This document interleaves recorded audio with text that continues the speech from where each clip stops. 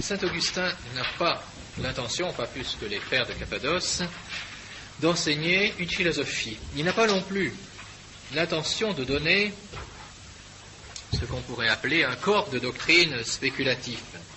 Son intention est pastorale, concrète, pratique, mystique, c'est-à-dire que c'est un pasteur qui veut conduire à la béatitude.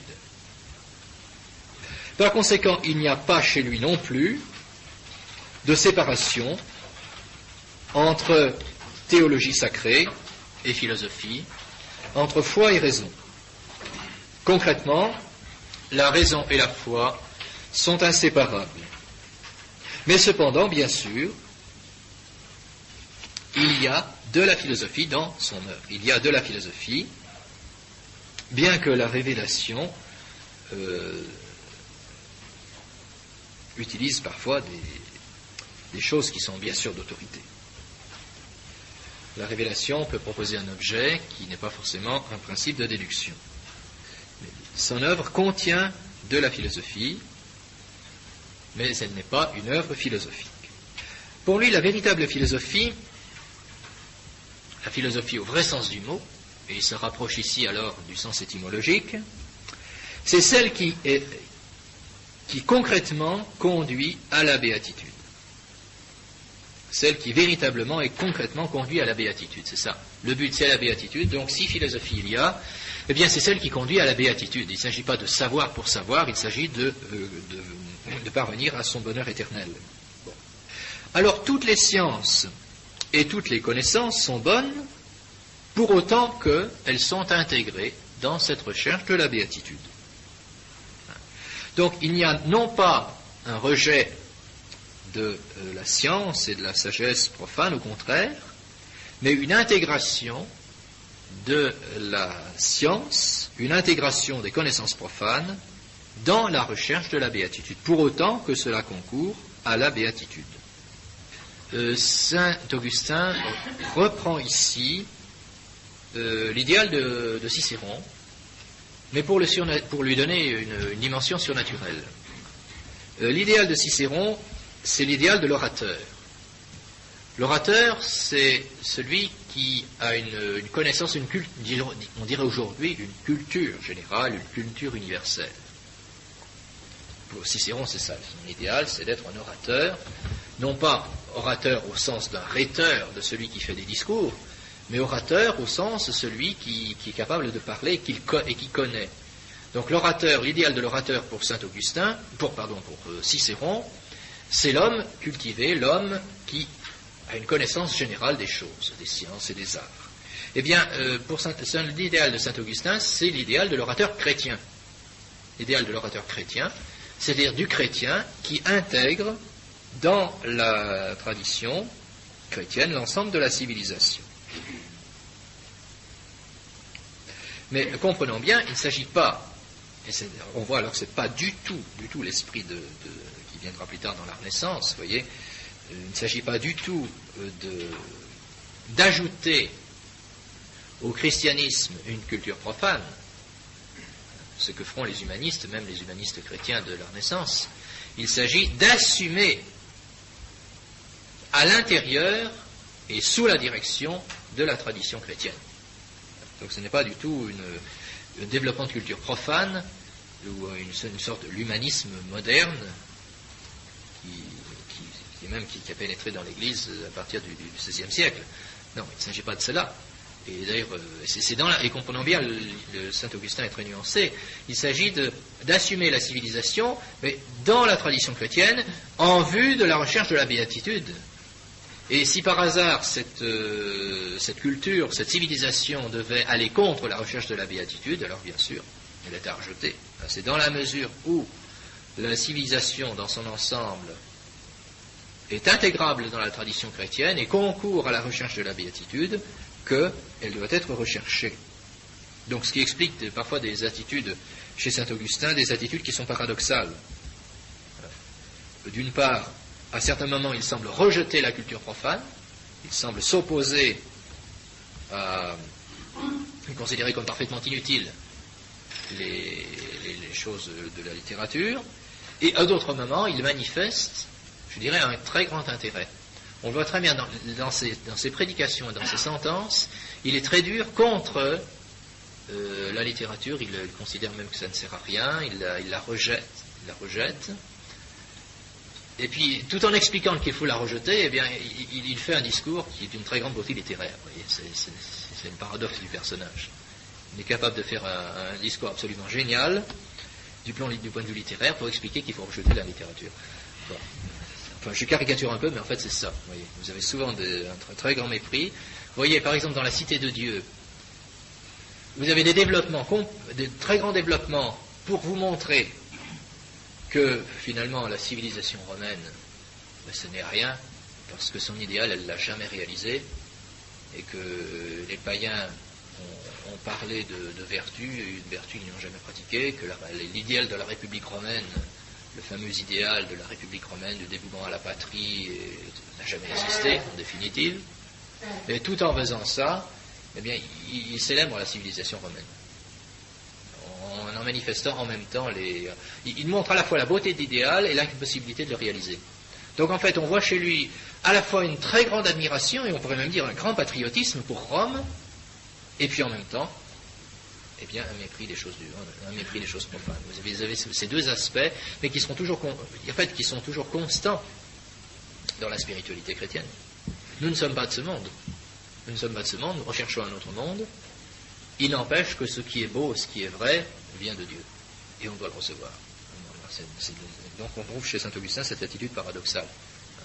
À la fois d'une affirmation de la recherche exclusive de Dieu, de la recherche de la béatitude, de la recherche de la bonté de Dieu, et donc du néant des choses de ce monde, et puis en même temps, savoir reconnaître les œuvres de la civilisation. Seule la sagesse chrétienne est philosophie. Le reste n'est pas philosophie. Pourquoi ? Parce que le reste ne conduit pas à la béatitude. La philosophie des païens est incapable de conduire à la béatitude. Donc ce n'est pas une philosophie. Voilà ce que pense saint Augustin du mot philosophie. Ce qui ne conduit pas à la béatitude n'est pas philosophie. Alors, la sagesse païenne, la philosophie profane, ne conduit pas à la béatitude, donc elle n'est pas philosophie. Il faut comprendre ce qu'il entend. Il faut bien comprendre ce qu'il entend par là. Alors donc, recherche concrète de la béatitude.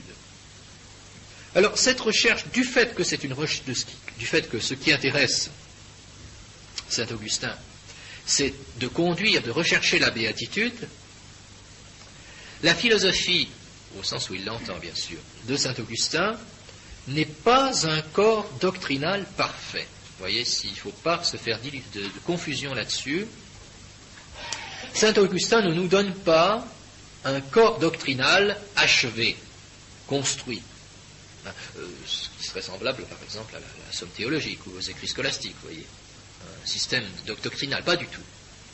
C'est une méthode à appliquer personnellement. C'est une méthode de recherche de la béatitude qu'il faut appliquer personnellement. Voyez. Donc, si on cherche dans saint Augustin un corps doctrinal, un exposé doctrinal systématique, si on cherche dans saint Augustin un ouvrage ou un texte qui donnerait sa doctrine purement et simplement, de manière claire, précise, logique, scientifique, eh bien, on ne trouvera pas. On peut chercher toutes ces œuvres, on ne trouvera pas un exposé systématique, comme on souhaiterait peut-être en avoir. Pourquoi ? Parce qu'il cherche à nous convertir, à nous conduire vers la béatitude. C'est une méthode, c'est une invitation, c'est une exhortation, c'est une voie vers Dieu qu'il faut appliquer concrètement. Ce qui fait, par exemple, qu'aucun point ne peut être séparé de l'ensemble de sa doctrine.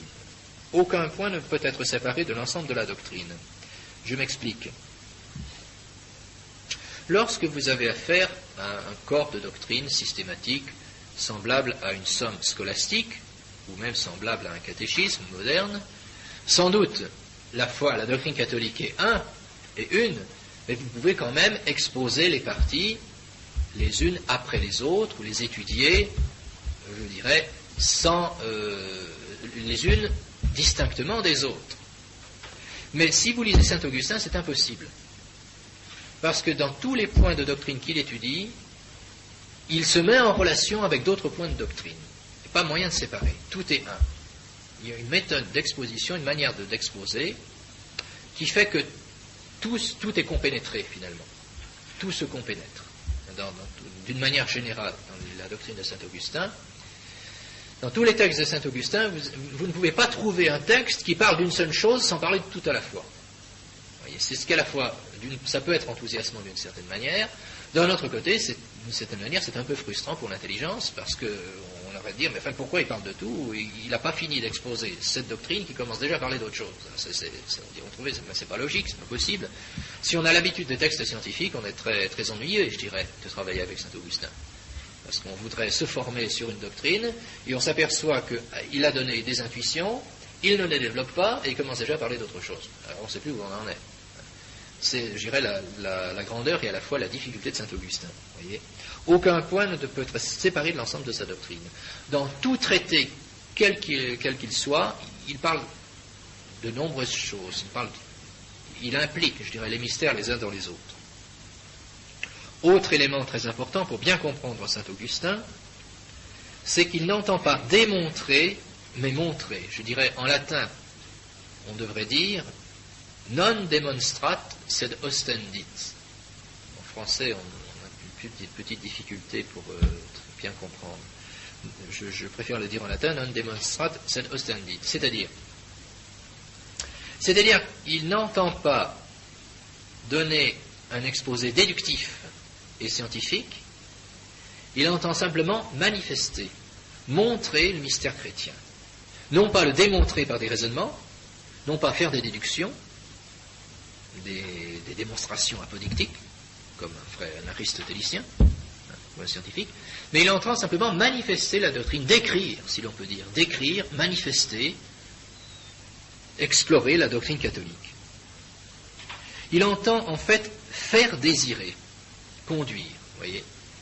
Il fait désirer, il fait conduire. Il conduit vers la béatitude, il fait désirer, et donc sur n'importe quel mystère de la foi, eh bien, il le fait admirer, il le fait contempler, mais il n'entend pas en donner un exposé scientifique. Ce qui ne veut pas dire qu'il n'y aura jamais de démonstration, qu'il n'y aura jamais de raisonnement, mais tous ces raisonnements, toutes ces démonstrations sont vues dans une perspective de manifestation du mystère chrétien, non pas une perspective de démonstration scientifique. Son but, c'est de nous faire désirer Dieu, de nous faire désirer le Christ, de nous faire désirer les mystères du royaume de Dieu, de nous faire désirer la beauté de l'Église, mais non pas de démontrer rigoureusement. Et c'est pourquoi une certaine imperfection est essentielle à l'exposé de saint Augustin. Une certaine imperfection est essentielle à l'exposé de saint Augustin. Une certaine imperfection, c'est-à-dire que, alors que, par contre, chez saint Thomas d'Aquin, ou chez les scolastiques d'une manière générale, vous avez des raisonnements qui aboutissent à des conclusions, vous avez des exposés doctrinaux parfaitement construits, donnant des thèses précises, eh bien, chez saint Augustin, on a l'impression que ce n'est pas fini. Il dit une chose, il donne quelques phrases, je dirais, magnifiques, et puis il ne les explique pas. Alors on dit, mais qu'est-ce qu'il veut dire? On est obligé d'aller voir ailleurs pour comprendre ce qu'il veut dire. Et on est ennuyé pour saisir exactement sa doctrine. C'est pourquoi, je dirais, l'interprétation de saint Augustin est toujours un peu difficile. Enfin, il faut bien le connaître pour bien comprendre ce qu'il a dit.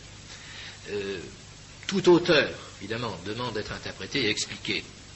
Mais des auteurs comme saint Thomas d'Aquin ou comme les scolastiques, et même certains philosophes modernes, donnent des exposés qui sont achevés, qui sont finis, qui sont terminés. On peut dire, telle est leur doctrine. C'est précis, c'est net, c'est ordonné, c'est logique. Bon. Et chez saint Augustin, rien de tel. Rien de tel. Des phrases, des intuitions, qui sont à peine ébauchées, et puis le lecteur est invité à réfléchir par lui-même. Le lecteur est invité à méditer par lui-même. Je dirais, il reste tout le travail à faire. Une fois que vous avez lu un article de la Somme, je dirais qu'il n'y en a plus grand-chose à faire. On est d'accord, il n'y a plus rien à dire. Si on a bien compris, il n'y a pas de problème. Il suffit d'admettre les thèses et les démonstrations, les conclusions. Et chez saint Augustin, tout reste à faire. On a des idées et il faut les méditer. En fait, son but, ce n'est pas de nous former scientifiquement. Son but, c'est de nous faire prier, de nous faire contempler. Donc la doctrine de saint Augustin, c'est plus un itinéraire spirituel qu'un exposé scientifique. Il y a quelque chose de scientifique, il y a quand même des éléments scientifiques, des éléments de démonstration. Mais c'est d'abord un itinéraire spirituel. C'est le sien d'abord, et puis c'est le nôtre. C'est une invitation à faire nous-mêmes la démarche qu'il a faite lui-même. Oui. cette démarche spirituelle vers Dieu, eh bien, il nous invite à la faire. Vous voyez. Si vous êtes familiarisé déjà avec des textes de saint Augustin, si vous avez lu les Confessions, par exemple, vous avez certainement dérouté. Parce que vous pouvez constater que l'ordre d'exposition n'est pas scientifique. Et puis, à propos d'une chose, il part sur une autre chose. Oui, c'est trop complexe. Je dirais qu'il travaille plus par association d'idées que par raisonnement rigoureux. Tel événement lui fait penser à autre chose, et on parle de cette chose. Alors, ça donne l'impression d'être on pourrait dire, dans le cadre d'un exposé classique, on dirait hors sujet. C'est magnifique, mais c'est hors sujet. Effectivement, alors, dans la Cité de Dieu, l'objectif de la Cité de Dieu, en fait, c'est de décrire l'histoire de l'Église. Bon, c'est une théologie de l'histoire de l'Église. Bon, une sorte de théologie historique. Des origines jusqu'à nos jours, donc depuis la création jusqu'à la fin du monde. Mais alors là-dedans, il y a tout. Il y a la théologie de l'Église, il y a la théologie du sacrifice, il y a quelque peu il y a la politique, il y a l'histoire romaine, il y a de l'apologétique, il y a un peu tout à la fois.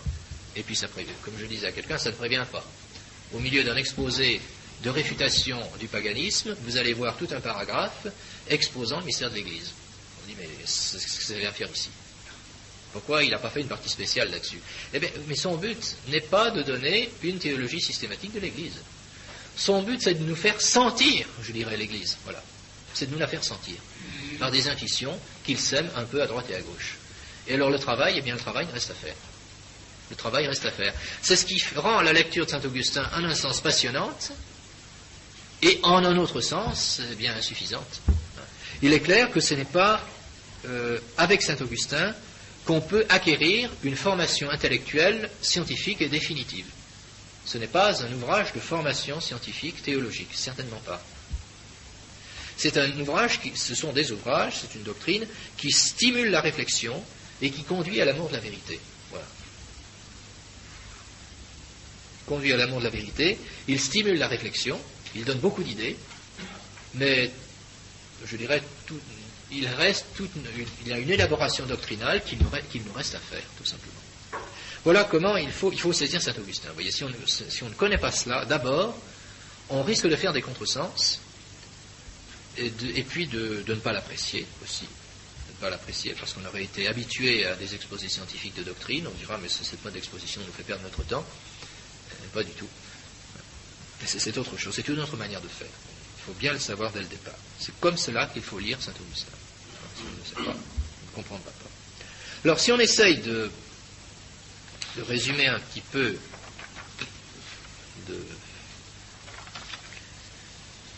d'expliquer un petit peu l'essentiel, ce qui caractérise on ne peut pas dire uniquement la doctrine, parce que c'est une doctrine qui est à la fois une mystique. Vous prenez saint Augustin, et là, il est clair que là, c'est impossible de séparer foi et raison, c'est impossible de séparer philosophie et théologie. Mais comme il y a de la philosophie à l'intérieur, on est bien obligé d'en parler. Alors, on pourrait, énoncer les choses ainsi. D'abord, c'est que la véritable philosophie commence par l'acte de foi. La véritable philosophie commence par l'acte de foi. C'est-à-dire que la raison est de la manière suivante. Il y a quand même un préambule rationnel, mais c'est un préambule qui est immédiatement porte sur la foi. C'est que la raison énonce ce qui est à croire,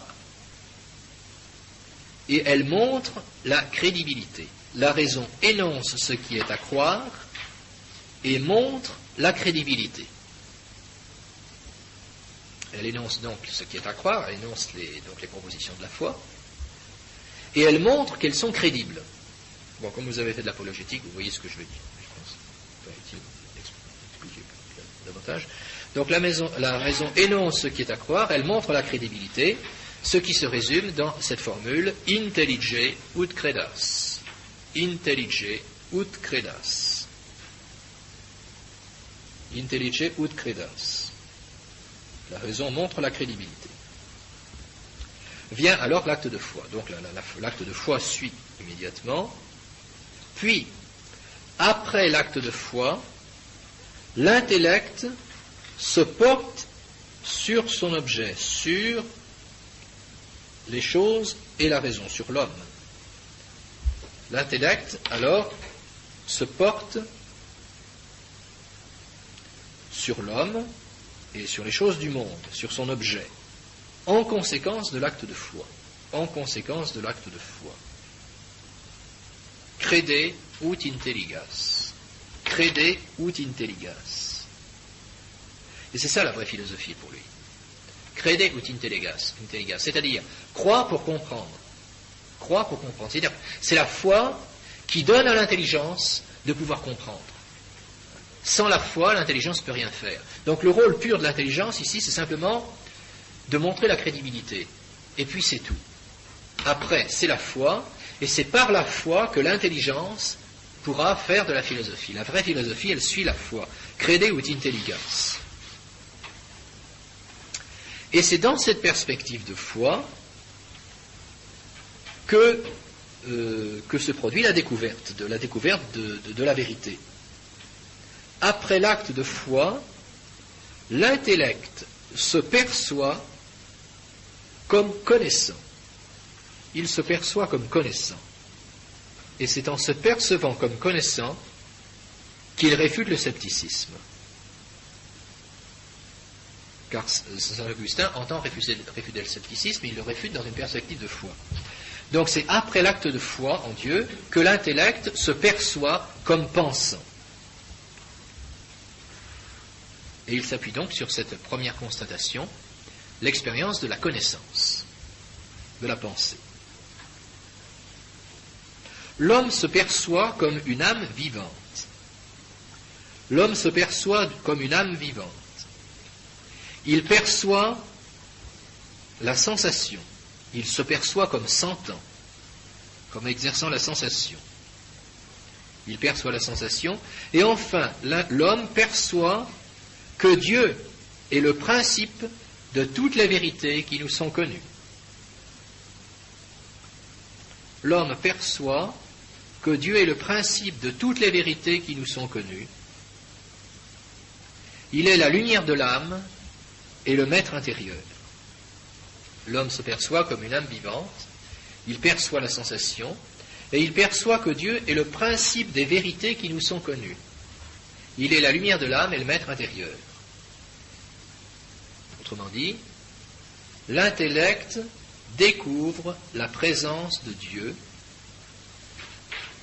en lui-même. L'intellect découvre la présence de Dieu en lui-même, Dieu qui l'attire vers lui. L'intellect découvre la présence du Dieu qui l'attire vers lui. Voilà ce que c'est que l'itinéraire spirituel de saint Augustin. L'intellect découvre en lui-même la présence de Dieu, une présence de Dieu, du Dieu qui l'attire vers lui.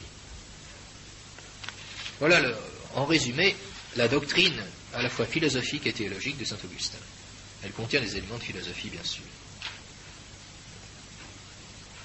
Donc, vous voyez très, très clairement que c'est c'est la proposition d'un itinéraire spirituel. Ce n'est pas un système que j'énonce ici, pas du tout. Ce n'est pas un système de doctrine, pas du tout. C'est un itinéraire spirituel qu'il nous invite à parcourir. À savoir, il nous invite à regarder en nous-mêmes et à découvrir en nous la présence du Dieu qui nous enseigne par les vérités. Voilà. C'est une description de vie intérieure. Ce n'est pas autre chose qu'une description de la vie intérieure. Une découverte intérieure de Dieu. Et c'est bien évidemment dans une perspective surnaturelle. C'est dans une perspective surnaturelle, bien sûr. Alors, là, le danger, si l'on peut dire, de cet itinéraire spirituel, c'est que si on tire de cette doctrine spirituelle des éléments de philosophie, en les séparant du contexte où ils sont pris, alors on peut les incorporer dans des systèmes qui n'ont rien à voir avec saint Augustin. C'est sûr que vous avez pu reconnaître, ou vous pourrez reconnaître lorsque nous les étudierons, certains éléments qui pourraient être susceptibles d'intégration dans des philosophies subjectivistes ou modernes. Par exemple, évidemment, se percevoir comme pensant, découvrir Dieu en soi-même, etc. Et tout cela, si c'est sorti du contexte augustinien, est susceptible d'être incorporé dans des doctrines qui lui sont complètement étrangères. Et de justifier alors d'autres systèmes. Alors de fait, si on prend les textes de saint Augustin de matière matérielle, et si on les lit sans une connaissance réelle de saint Augustin et donc de la doctrine catholique, eh bien on peut en faire des sources d'idéalisme, de subjectivisme, de cartésianisme, etc. Et c'est pourquoi saint Augustin a été utilisé par tout le monde. Saint Augustin a été récupéré par à peu près tous les philosophes. On y trouvera la critique platonicienne du sensible. Évidemment, on se détache du sensible pour regarder la vérité intérieure. On y trouvera la critique platonicienne du sensible. On y trouvera que l'âme est le premier objet de soi-même. Le premier objet de connaissance, semblerait-il, c'est l'âme.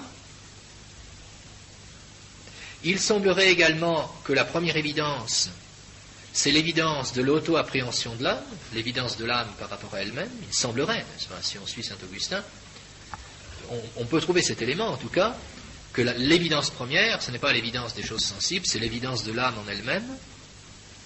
On peut y trouver également que l'âme est plus connue que le corps. On y trouverait que l'âme est plus connue que le corps. Et on y trouverait également que la voie vers Dieu est par immanence. La voie vers Dieu est par l'esprit, parce que Dieu est plus connu que le corps. Dieu est plus connu que le corps, et donc la voie vers Dieu est par une introspection intérieure. Alors il faut comprendre que l'itinéraire de saint Augustin, c'est un itinéraire surnaturel de vie intérieure. Si on en fait un itinéraire philosophique, alors là, évidemment, c'est la philosophie immanente. Et c'est pourquoi saint Augustin peut être récupéré par les philosophies contemporaines et par le modernisme en particulier, à cause de ça. Mais c'est un contresens sur saint Augustin. C'est que saint Augustin nous présente un itinéraire de vie intérieure qui présuppose la grâce, et qui présuppose la foi, et non pas, absolument pas une preuve de Dieu ou une voie de découverte de Dieu qui serait purement philosophique, absolument pas. Seulement, il est vrai qu'on peut tirer ces éléments de saint Augustin. Si on les sort du contexte de saint Augustin lui-même, alors, bien sûr, on peut trouver ces éléments. Donc, la lecture de saint Augustin demande une certaine... disons, il y avait des dangers qui n'existaient pas à l'époque de saint Augustin, qui existent de nos jours. Et la lecture de saint Augustin demande une certaine formation. Demande une certaine formation intellectuelle pour éviter le contresens. Surtout pour les esprits qui auraient une formation moderne. Peut-être pour que le simple chrétien qui n'a pas été déformé par la pensée moderne comprendra spontanément saint Augustin de manière correcte. Mais l'esprit qui aurait été déformé par la pensée moderne, lui, risque fort de faire des contresens en lisant saint Augustin s'il n'est pas instruit du mode de pensée de saint Augustin. Ce n'est pas un exposé de doctrine spéculative, c'est un itinéraire concret de vie spirituelle. Oui. Alors, quelle est la valeur des arguments d'autorité de saint Augustin et de saint Augustin, puisqu'ils sont tirés du texte? Alors, le maniement des autorités chez saint Thomas est une chose très délicate à comprendre. Saint Thomas utilise saint Augustin comme il doit l'utiliser, c'est-à-dire comme théologien, comme père de l'Église, et non pas comme philosophe, tout simplement. Donc, de ce point de vue-là, il n'y a pas de danger. Maintenant, il faut voir en quel sens saint Thomas utilise saint Augustin. Là, c'est une chose très complexe, parce qu'il y a des éléments où saint Augustin est purement et simplement l'écho de la tradition, et là, c'est la doctrine catholique, tout simplement. Et puis, il y a des éléments où saint Augustin utilise une certaine philosophie qui lui est propre et qui est plus ou moins discutable. Et alors, saint Thomas a deux tactiques de ce point de vue-là. Parfois, il contredit. Plus généralement, il donne une interprétation révérentielle, c'est-à-dire qu'il fait dire à saint Augustin ce qu'il n'a pas voulu dire, pour lui faire dire des choses qui correspondent à ce que saint Thomas pense devoir enseigner. Bon, d'une manière élégante d'éviter et révérentielle, disons pieuse, disons de ne pas contredire un père d'église. Mais il est sûr que...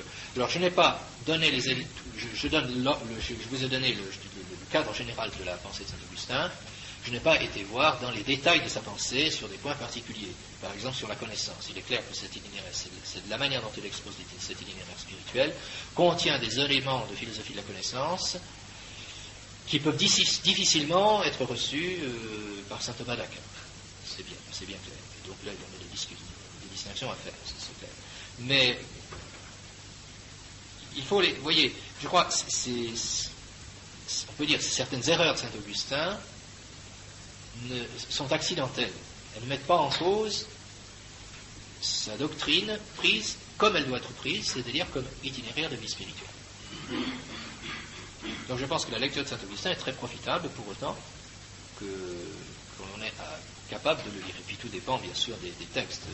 Il y a des textes qui traitent de simples problèmes de pastoral et de vie spirituelle. Il y a des textes qui sont plus spéculatifs.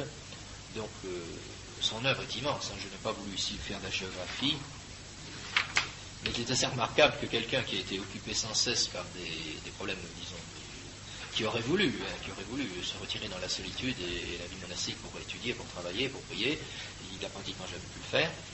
Et c'est assez remarquable de voir que malgré toutes ses tâches pastorales, il a réussi à produire une œuvre assez considérable. Alors à la fin de sa vie, d'ailleurs, il a mis un règlement, c'est pas pour qu'on le laisse tranquille à certaines heures. Il s'est trouvé des adjoints, disons, pour liquider certaines choses. Donc. Mais c'est assez remarquable qu'il n'ait plus, alors on explique pourquoi certaines œuvres ont pris du temps, parfois pour être achevées. Donc, c'est au plan pastoral, apostolique, c'est certainement un des plus grands saints de l'Église. Un très, très, très bel exemple pour les évêques et pour les prêtres. Comme pur philosophe, je dirais non, mais ce n'est pas un philosophe. C'est un théologien, c'est un auteur spirituel. Il ne faut pas le prendre pour un philosophe. Il y a chez lui de la philosophie. Il y a chez lui de la philosophie, et ces éléments de philosophie seront assumés par la suite. Alors, j'ai parlé des dangers et donc des éléments qui seront assumés dans des perspectives modernes, mais il y a aussi les éléments qui seront assumés par la tradition catholique, bien évidemment. Donc attention sur Saint-Augustin, lorsque, je ne sais pas qu'on vous dit, mais telle est la thèse de Saint-Augustin, il faut bien repasser dans le contexte. On ne peut pas se servir de Saint-Augustin pour justifier la philosophie, ce n'est pas vrai. Alors, il faudrait quand même donner quelques éléments de cette philosophie, du fait que Saint-Augustin se réfère au plan philosophique à Plotin. Il se réfère à Plotin, donc il y a beaucoup d'éléments de Plotin qui passent chez lui et qui sont corrigés. Alors c'est utile, je pense, de les comparer, de regarder ces différents éléments plotiniens, néoplatoniciens, et de voir la transformation qu'ils subissent chez Saint-Augustin pour rentrer dans le cadre du christianisme. Parce qu'il y a des éléments de Plotin qui sont contraires au christianisme, bien sûr. Alors Saint-Augustin va les reprendre, mais va les transformer. Alors donnons-en un peu. En quoi y a-t-il une différence? Chez Plotin, d'abord, vous avez un processus purement rationnel. Bon, c'est de la philosophie. C'est de la philosophie. Tandis que chez Saint-Augustin, c'est la foi qui est principe. On a d'abord une différence totale. Chez Plotin est philosophe, et moi c'est tout. Saint-Augustin est comme une foi, c'est la foi qui est principe. C'est la première différence. Chez Plotin, il y a une extase intellectuelle. Le but, le bonheur, se trouve dans une sorte d'extase philosophique, extase entre guillemets, qui est surnaturelle bien sûr, une sorte d'extase, d'arrêt, de contemplation intellectuelle. Le bonheur se trouve dans la pure intelligence. Chez Saint-Augustin, au contraire, nous avons affaire à une extase d'amour. Le terme est dans l'amour, pas dans l'intelligence. C'est une perspective vraiment différente. Le but, c'est d'aimer Dieu, ce n'est pas de connaître. La charité est la première des vertus. En ce monde, la charité est la première des vertus. On va aussi dire si la béatitude, comme l'expliquera Saint Thomas d'Aquin, est dans la vision de Dieu, finalement, en ce monde, il est plus grand d'aimer Dieu que de le connaître. Donc ce que nous cherchons ici en ce monde, c'est d'abord la charité. Donc l'extase chez Saint-Augustin, c'est l'extase d'amour. C'est une recherche de l'amour de Dieu. Alors que chez Plotin, tout est intellectuel. La perfection fondamentale, l'objet transcendantal suprême chez Plotin, c'est l'unité. Pour Saint-Augustin, c'est la vérité. Saint-Augustin regarde Dieu comme la vérité. Non pas comme l'un, mais comme la vérité. Chez Plotin, nous l'avons vu, il y a une émanation nécessaire. Il y a une émanation nécessaire de toutes les choses à partir de l'unité. Chez saint Augustin, vous avez une création divine. Cette émanation nécessaire est par des causes intermédiaires, par des intermédiaires. Tandis que la création est immédiate. Comme nous l'avons vu chez Plotin, les êtres procèdent les uns des autres. Il y a une hiérarchie, une suite d'êtres, c'est ce qu'ont compris les gnostiques d'ailleurs, une suite d'êtres qui procèdent de l'un les uns à partir des autres. Tandis que pour saint Augustin et pour la doctrine catholique, la création est immédiate. Il n'y a pas de cause intermédiaire dans la création. Les anges ne peuvent pas créer. C'est Dieu qui crée tout immédiatement. Pour Plotin, il y a bien sûr des idées subsistantes, tandis que chez saint Augustin, il y a des idées. Autrement dit, les idées subsistantes sont placées en Dieu. Et enfin, la béatitude pour saint Augustin, c'est l'unité avec l'un. On veut dire que c'est l'absorption avec l'un. C'est le fait de se fondre avec l'un. On pourrait dire disparaître dans l'unité. Tandis que pour saint Augustin, la béatitude est la vision de la vérité, la vision de Dieu qui est vérité. Voilà en quoi saint Augustin reprend certains éléments de Plotin et les transforme pour les rendre conformes à la tradition chrétienne. C'est la foi qui dirige, ce n'est pas la philosophie qui dirige. Je n'entends pas parler davantage des autres pères de l'Église, puisque nous nous situons dans une perspective philosophique, donc je vais considérer les pères qui ont apporté quelque chose à la philosophie. Donc, ceux qui se situent dans une perspective de théologie et d'église ne nous intéressent pas, je n'en parle pas plus avant. Saint Augustin est le grand docteur de l'église latine, et parmi les pères, c'est celui dont la philosophie aura le plus d'influence. Il nous faut mentionner deux autres auteurs plus tardifs, qui ont une très grande importance dans la philosophie chrétienne. C'est Denis l'Aréopagite et Boès. Denis l'Aréopagite et Boès. Alors, Denis l'Aréopagite, grec, langue grecque, non pas latine, mais grecque. Alors, qui est Denis l'Aréopagite? C'est bien un problème. C'est qu'il y a des œuvres, des textes, des ouvrages, donc, qui sont signés Denis l'Aréopagite. Et alors, qui est ce personnage qui a signé ces ouvrages? Alors, du moins, il faut quand même pas, avec la défense de traditions plus ou moins douteuses. Alors, le disciple de saint Paul a-t-il été évêque de Paris? Écoutez, je ne sais pas, mais je suis prêt à m'incliner devant une certaine tradition. Mais quant à identifier cet auteur avec le disciple de saint Paul, là, je crois quand même qu'il faut se rendre à l'évidence. Denis l'Aréopagite, celui qui a écrit donc ces ouvrages, n'a pas pu être disciple de saint Paul. On pense qu'il a vécu après le 5e siècle. Ce n'est pas évident, on ne peut pas tellement dater les choses de manière précise, mais en tout cas, ce n'est pas le disciple de saint Paul. Alors, il y a plusieurs raisons. Tout d'abord, c'est qu'on ne trouve aucune citation de lui dans les 5 premiers siècles. Il n'y a aucune citation chez les pères de l'Église dans les 5 premiers siècles. Or, les pères de l'Église citent ceux qui les précèdent, évidemment. Les pères de l'Église se citent les uns les autres, quand même. Les pères des derniers siècles citent les pères des premiers siècles. Bon. Alors, s'il avait été disciple de saint Paul, si ses écrits avaient existé du temps de saint Paul, ils auraient été cités par saint Augustin, par exemple. Alors ça, les 5 premiers siècles, on n'entend pas du tout parler de Denis l'Aréopagite. C'est déjà une raison assez importante. Et la deuxième raison, c'est qu'il manifeste une doctrine postérieure au concile de Chalcédoine. Il manifeste sur la Christologie une doctrine postérieure à Chalcédoine. C'est une deuxième raison. Une troisième raison, c'est que sa doctrine est très proche de celle de Proclus. Elle est très proche de celle de Proclus. C'est une doctrine néoplatonicienne. C'est une doctrine néoplatonicienne, et en méthode de Saint Paul, Plotin n'était pas encore né. Donc, il semble, pas immédiat, mais il semble se rattacher à la doctrine de Proclus. Donc, ce n'est pas, certainement pas du temps de Saint Paul. Pour toutes ces raisons, on s'accorde aujourd'hui à lier l'identité entre le disciple de Saint Paul et cet auteur, qui est inconnu. Alors, on dit en général le pseudo-Denis.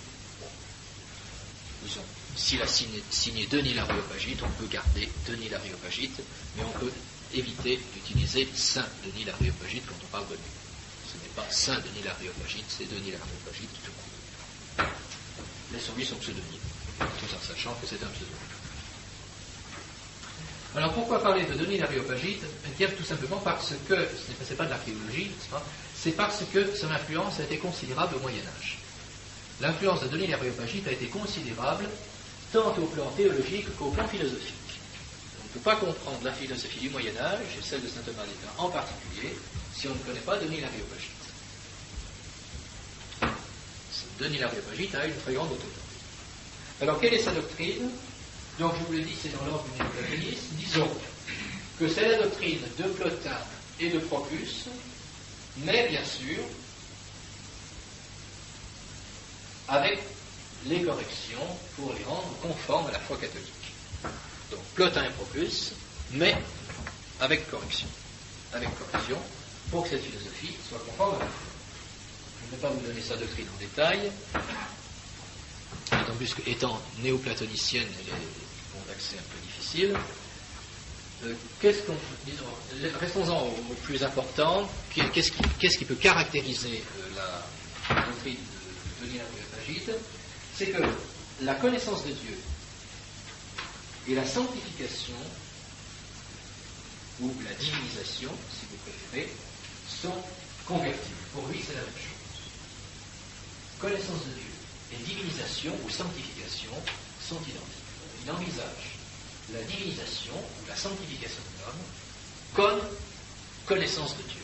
Autrement dit, toute la vie spirituelle se réduit à l'intelligence. La connaissance de Dieu, la pénétration dans la connaissance de Dieu, c'est pour lui, c'est cela qui est la sanctification. Tout se résume à cet aspect intellectuel.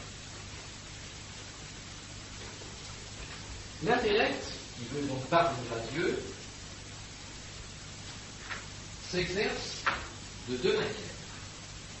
De deux manières qui sont simultanées. Non pas l'une après l'autre, mais l'une avec l'autre. L'une entre les deux simultanées selon le temps. Il y a une double dialectique, c'est-à-dire un double processus. Double dialectique. Dialectique des symboles, dialectique des idées. Dialectique des symboles, dialectique des idées.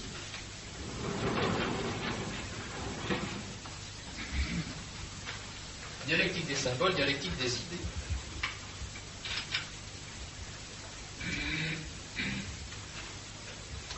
Dialectique des symboles.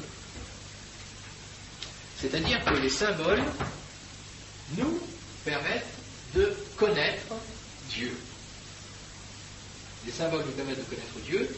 Et alors ces symboles, il y a un progrès dans les symboles, un progrès dans la connaissance des symboles, dans la signification des symboles, par initiation et tradition hiérarchique. Initiation et tradition hiérarchique. Bon. Autrement dit, il y a des symboles de la divinité qui nous sont donnés, et que signifient ces symboles? Eh bien, nous ne le savons pas. Et pour se connaître, pour comprendre ces symboles, il faut être initié par des êtres qui nous sont supérieurs.